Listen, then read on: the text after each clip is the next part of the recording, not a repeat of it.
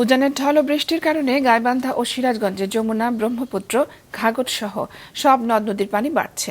পানিবন্দী হয়ে পড়েছে নিম্নাঞ্চলের হাজারো মানুষ। তলিয়ে আছে ফসলি জমি ও সবজি ক্ষেত। ভাঙন দেখা দিয়েছে গাইবান্ধার বেশ কয়েকটি ইউনিয়নে। কুড়িগ্রামে পানি কিছুটা কমলেও বিপদসীমার ওপর দিয়ে বইছে দুধকুমার নদের পানি। তিস্তায় পানি কমায় লালমনিরহাটের নিম্নাঞ্চল থেকে নামতে শুরু করেছে বন্যার পানি। ডেস্ক রিপোর্টে বিস্তারিত।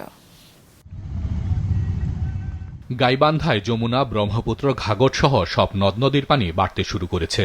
পানি উন্নয়ন বোর্ড জানিয়েছে, গত ২৪ ঘন্টায় ঘাঘট নদীর পানি ৪৩ সেন্টিমিটার, যমুনা ব্রহ্মপুত্র নদীর পানি ফুলছড়ি পয়েন্টে ২০ সেন্টিমিটার বেড়েছে। বিপদসীমার কাছাকাছি রয়েছে সবগুলো নদীর পানি। গাইবান্ধা সদর, সুন্দরগঞ্জ, ফুলছড়ি ও সাঘাটা উপজেলার চরাঞ্চলের অন্তত ১১টি ইউনিয়নের নিচু এলাকায় পানি উঠেছে। তলিয়ে গেছে পাট ও সবজি ক্ষেত। তীব্র স্রোতে নদীর তীরে দেখা দিয়েছে ভাঙন।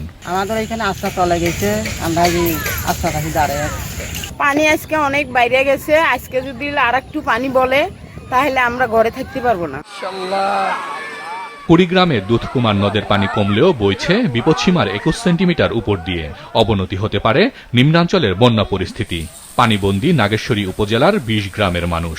তলিয়ে আছে আমনের বীজতলা, পাট ও সবজি ক্ষেত সহ অন্যান্য ফসল। তিস্তার পানি কাউনিয়া পয়েন্টে কিছুটা কমে বিপদসীমার ২৩ সেন্টিমিটার নিচ দিয়ে বইছে। হাড় ভাসি গেছে, তারপরে কলার গাছ ভাঙতেছে, জাগা ভাঙতেছে, পাড়ার জাগ ভাসি যাইতেছে, বিছন ডুবি যাইতেছে। সিরাজগঞ্জে যমুনা নদীর পানি হার্ট পয়েন্টে ২৪ সেন্টিমিটার বেড়ে বিপদসীমার ১১৫ সেন্টিমিটার নিচ দিয়ে যাচ্ছে। পানি বাড়ার সাথে সাথে দেখা দিয়েছে নদী ভাঙন। সদর ও শাহজাদপুর উপজেলায় এরই মধ্যে বিলীন হয়েছে অনেক ঘর বাড়ি ও ফসলি জমি। বাড়ি আসলে আমাকে ৫০০ ভাঙা দিছি। আমার বাড়ি নদীর মধ্যে, আমার বাড়ি জমি সব মানুষের বিরাট হয়ে গেছে। এইভাবে নদী দেন, খালি ভাঙতেছে। লালমনিরহাটে তিস্তার পানি বিপদসীমার ৩৩ সেন্টিমিটার নিচ দিয়ে বইছে। নামতে শুরু করেছে নিম্নাঞ্চলের পানি।